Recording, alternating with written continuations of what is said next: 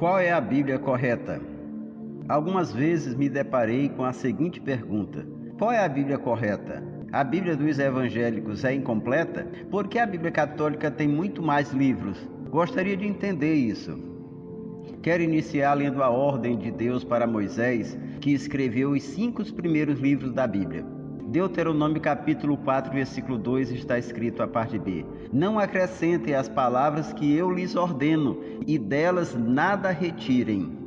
Então esta foi a ordem de Deus para aquele que estava escrevendo os primeiros livros da palavra de Deus.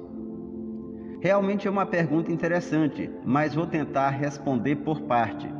Em primeiro lugar, o mesmo conteúdo que existe na Bíblia evangélica existe também na Bíblia católica. O que vai diferenciar é apenas a forma escrita, a forma de linguagem de uma para a outra, mas o sentido é o mesmo, ou seja, o mesmo que está escrito em uma está escrito na outra, apenas de forma ou com palavras diferentes.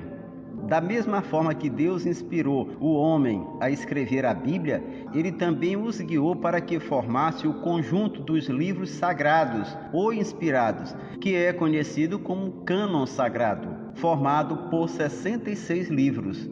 Este conjunto foi formado da seguinte forma: havia uma reunião ou assembleia de eruditos, bispos, homens separados por Deus e de muito conhecimento da palavra, que tinha por finalidade tratar de assuntos religiosos. Temos o exemplo na Bíblia, que se encontra em Atos capítulo 15.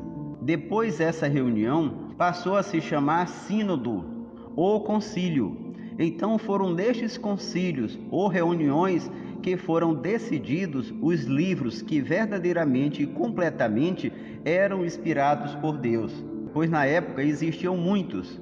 E em 90 depois de Cristo, no concílio de Jamnia, uma região da Palestina ou Israel, foi concluído e fechado o cânon sagrado do Antigo Testamento, ou seja, os livros inspirados ou sagrados do Antigo Testamento. E em 397 depois de Cristo, no concílio de Cartago, foi então fechados os livros sagrados ou inspirados do Novo Testamento. Com isso, em 397, no concílio de Cartago, foi concluído, fechado e selado o conjunto dos livros sagrados ou inspirado por Deus de toda a Bíblia. No caso, 66 livros, 39 do Antigo Testamento e 27 do Novo Testamento.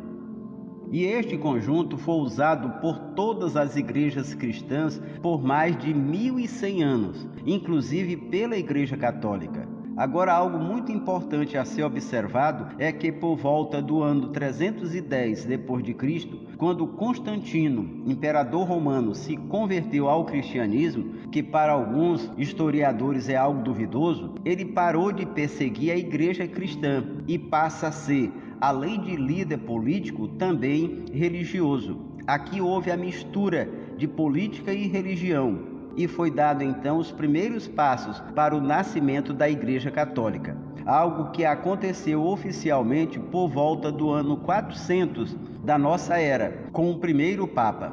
Então surge a Igreja Católica Apostólica Romana, se tornando a religião oficial do Império Romano.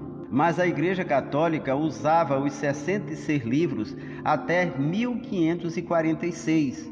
Só que desde o seu surgimento até este período, a Igreja Católica sofreu muitas mudanças, aderindo a muitas práticas do paganismo contrárias à palavra de Deus. Por causa disso, um monge católico chamado Martinho Lutero, que se aprofundou no conhecimento da palavra de Deus, viu que a Igreja Católica estava praticando muitas coisas contrárias à Bíblia Sagrada. Por isso ele escreveu as 95 teses e pregou na porta da igreja que ele era padre, isso em 1517.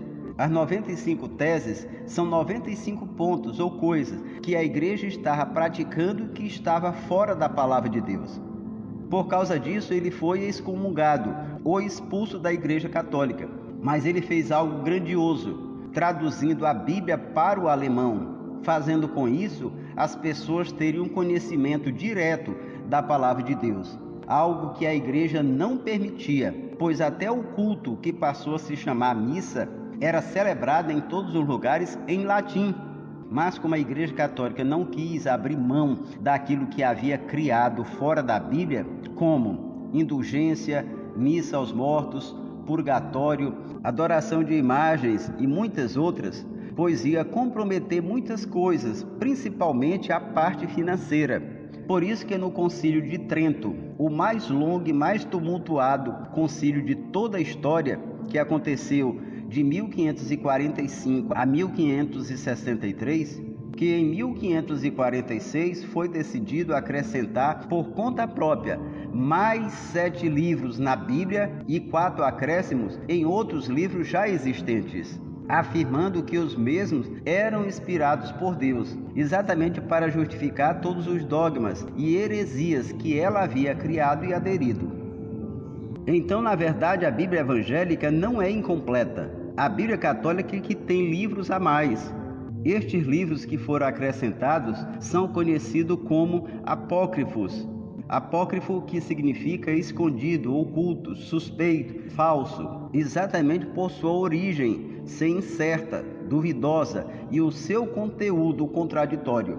E foram escritos exatamente em um período onde Deus não estava se revelando através de escritos, pois este período da história é conhecido como o período interbíblico, ou o período do silêncio de Deus, que durou cerca de 400 anos, que vai desde o último profeta do Antigo Testamento, que é Malaquias, até João Batista no Novo Testamento. Quero deixar claro que tudo isso que foi falado de forma resumida são fatos históricos, ou seja, está registrado na história. É só ler os livros e consultar a internet. E tudo isso poderá ser comprovado. Isso é tão real que hoje a Bíblia mais usada pelos católicos é a edição pastoral. No comentário destes livros que foram acrescentados, eles não sustentam mais a ideia deles serem livros inspirados por Deus. Dizem que são apenas lendas, ficção, novelas, que foram inseridos no cânon sagrado apenas para edificação e fortalecimento na fé. Quero que entenda que não estou falando mal de religião, pois os evangélicos cometem também seus erros, inclusive semelhantes a estes. Estou falando e defendendo, sim, a Bíblia, a sua história, tanto que vou falar de uma igreja que se diz evangélica, a Igreja dos Mórmons, ou Mormonismo, fundada em 1930 nos Estados Unidos, onde o seu líder, o fundador, Joseph Smith, aparece com um novo livro, que segundo ele foi dado por um anjo. Este livro é o complemento da Bíblia, chamado de Outro Testamento de Jesus Cristo, onde ele afirma que a Bíblia só é completa com ele. Precisamos entender que tudo que Deus precisava revelar para a humanidade, ele já o fez através de sua palavra, a Bíblia Sagrada. E não há necessidade que se acrescente ou diminua mais nada, pois duro será o castigo para aquele que o fizer. Vejamos o que a Bíblia nos fala a esse respeito. Provérbios 30, versículo 6. Não acrescentes as suas palavras, para que não te repreenda e seja achado mentiroso. Deus fala para Moisés, repetindo aquela passagem inicial, em Deuteronômio capítulo 4, versículo 2. Não acrescentareis a palavra que vos mando, nem diminuireis dela, para que guardeis os mandamentos do Senhor vosso Deus, que eu vos mando. O apóstolo Paulo, falando para a igreja que estava na região da Galácia, em Gálatas capítulo 1, versículos 8 e 9, ele diz: mas ainda que nós, ou um anjo do céu, pregue um evangelho diferente daquele que lhes pregamos, que seja amaldiçoado. Como já dissemos, agora repito, se alguém lhes anunciar um evangelho diferente daquele que já receberam, seja amaldiçoado. O apóstolo Paulo é bem claro. E nos últimos versículos da Bíblia, Deus fala o seguinte: Apocalipse capítulo 22, versículos 18 e 19. Porque eu testifico a todo aquele que ouvir as palavras da profecia deste livro que, se alguém lhes acrescentar alguma coisa, Deus fará vir sobre ele as pragas que estão escritas neste livro. E se alguém tirar quaisquer palavras do livro desta profecia, Deus tirará a sua parte do livro da vida e da cidade santa e das coisas que estão escritas neste livro.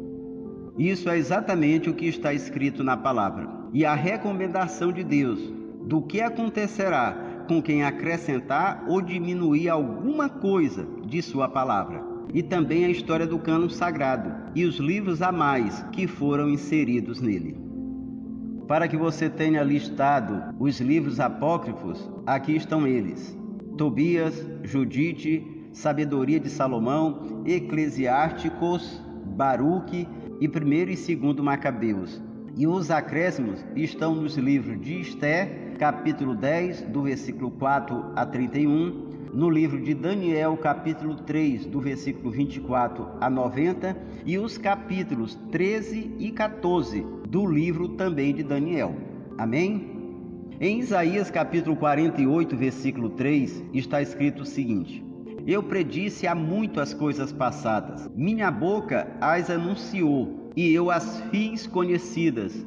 Então repentinamente agi, e elas aconteceram.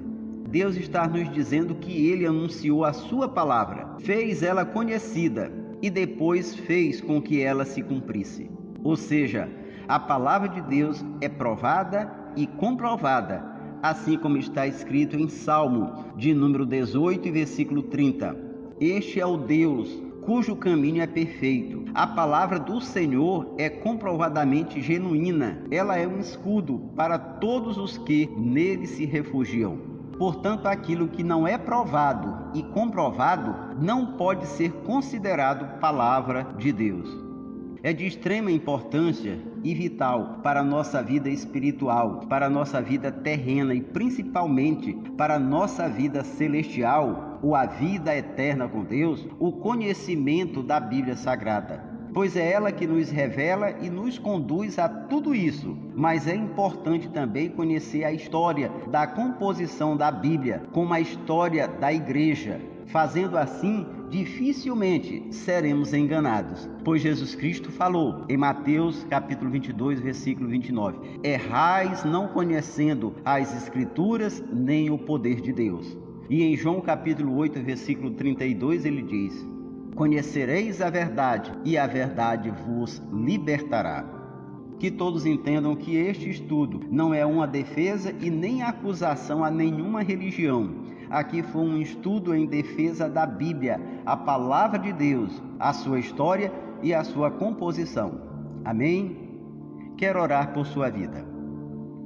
Soberano Deus e eterno Pai, em nome de Jesus Cristo, eu entro na tua presença, apresentando todas as pessoas que ouviram este ensino. Que o Senhor venha continuar despertando estas pessoas para estudar a tua palavra e te conhecer mais e mais, se aprofundar nos teus mistérios e no nosso Senhor e Salvador Jesus Cristo, recebendo a salvação e o senhorio de Cristo em suas vidas, e assim sendo morada do Espírito Santo. Desta forma, todos serão edificados, fortalecidos, guiados e libertos pela verdade. Que a tua luz, a tua paz estejam com todos. Aqui foi o pastor Paulo Castro. Que Deus continue lhe abençoando com mais conhecimento, entendimento, sabedoria do Espírito Santo através do estudo da palavra de Deus. Amém?